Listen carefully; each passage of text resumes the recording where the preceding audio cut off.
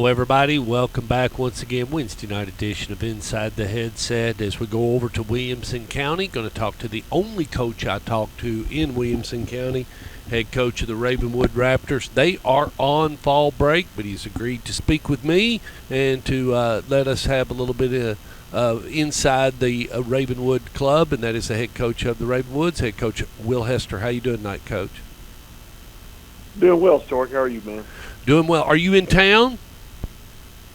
I am, yes, sir. All right, so you didn't go to Florida or didn't go to Gulf Shores or go to Lower Alabama? No, trying to figure out a way to compete with them old Oakland Patriots. I figured you were. We talked about you today. It was funny. I was over there at the campus of Oakland High School, and Coach Creasy and I was talking about that he's going to be coming over your way soon. He's got a tough one Friday night. He's got Coffee County Friday night, but we talked about that one. But you played this past Thursday before starting your fall break, so it was a week ago tonight, wasn't it? Or a week ago tomorrow. It'll be a week ago tomorrow. You played, yep. And was able to come away with a win. Talk a little bit about that as you're 7-1 now. Yeah, we played pretty well. It was a rainy Thursday night, but we came away with a 41-28 victory. It was 41-14 early in the fourth quarter, and we messed around, let them score a few late there. And I thought our team played well, handled the weather, didn't allow that to become an issue, and it was a big deal for us to get that fourth region win and to guarantee that we would be playing the other school here in the city limits across the interstate for the region championship in the last game of the season. Yeah, that Battle of the Woods is on the horizon, isn't it, Coach?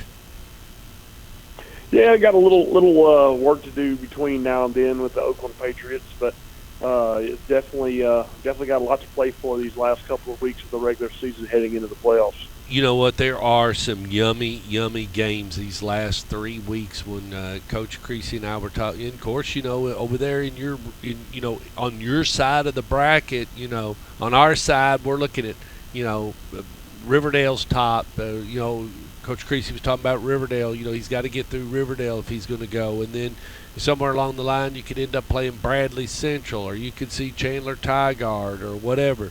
In your side, kind of a different situation because Germantown's now good again. Cordova, there's just some teams, and then Antioch could get hot, and so you've got a lot of things swinging in the background. And I know we're not trying to run ahead, but you look at those scores and you look at those possibilities because, Coach, you got to start thinking about it because the more video you have and the more preparation you can do if you can grab a few minutes to look at a game and you get a jump on it, it's just that much less time you got to spend if you end up facing them. Absolutely, and I think that Region 5, which is the Antioch, Smyrna, yep, Stewart's Creek region, that'll kind of sort itself out here in the coming weeks. I think that Smyrna-Antioch game will be a big one in determining how that all sorts out.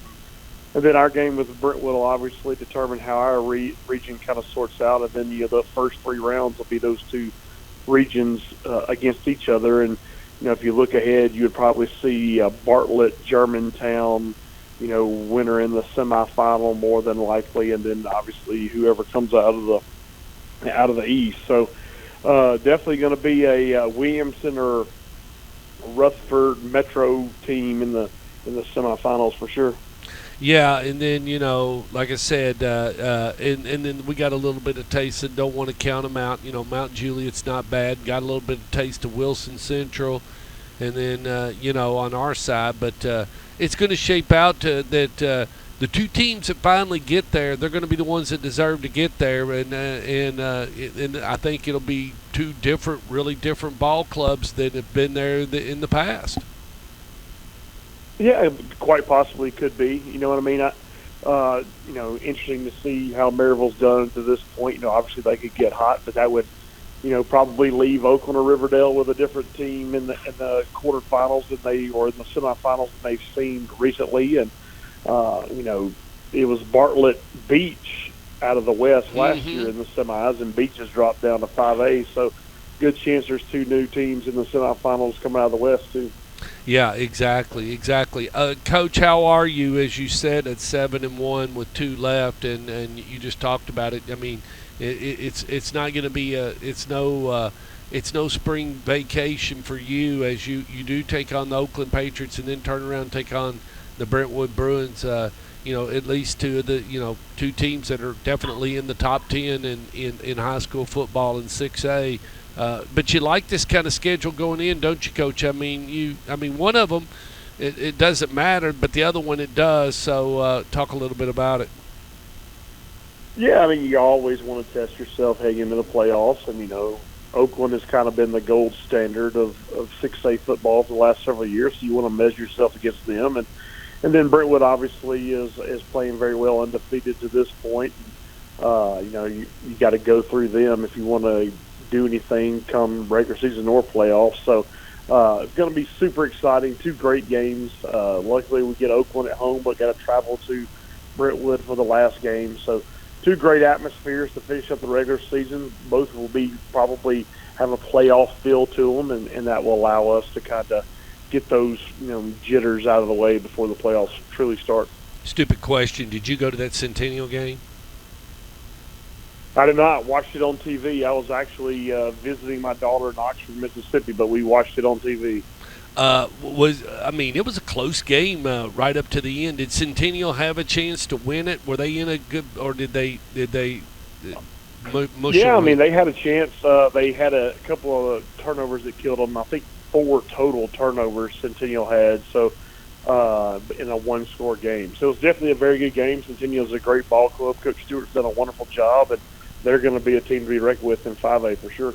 Yeah, and maybe it kind of spun away from them, and they got into some waters they haven't been into, to be that close to Brentwood. Oh gosh, now we're here. What do we do? Type situation, and that kind of sometimes can take place. Well, Coach, you going to Oakland Friday night? I'm not going to Oakland. Actually, going to visit some. Well, that game's on TV across the border in North Alabama. So yeah, but that game's on TV, so you will record it. Oh, of course, Stork. Of course. Plus, it'll be a trade. We'll trade it too. Oh yeah, I know y'all will trade. Me and Coach Creasy have already spoke. No secrets between us. We're liable to trade them all. So. You never know. And he's known to do that. You never know. Well, Coach, I know you all have been trading some other video that you all have. You all are friendly on the reels. But, Coach, I can't thank you enough for being on Inside the Headset. We'll be off next week. And then when we talk that last week as you get ready for the Battle of the Woods. Sounds great, Stork. Look forward to it, man. All right. Thank you, Coach. Bye.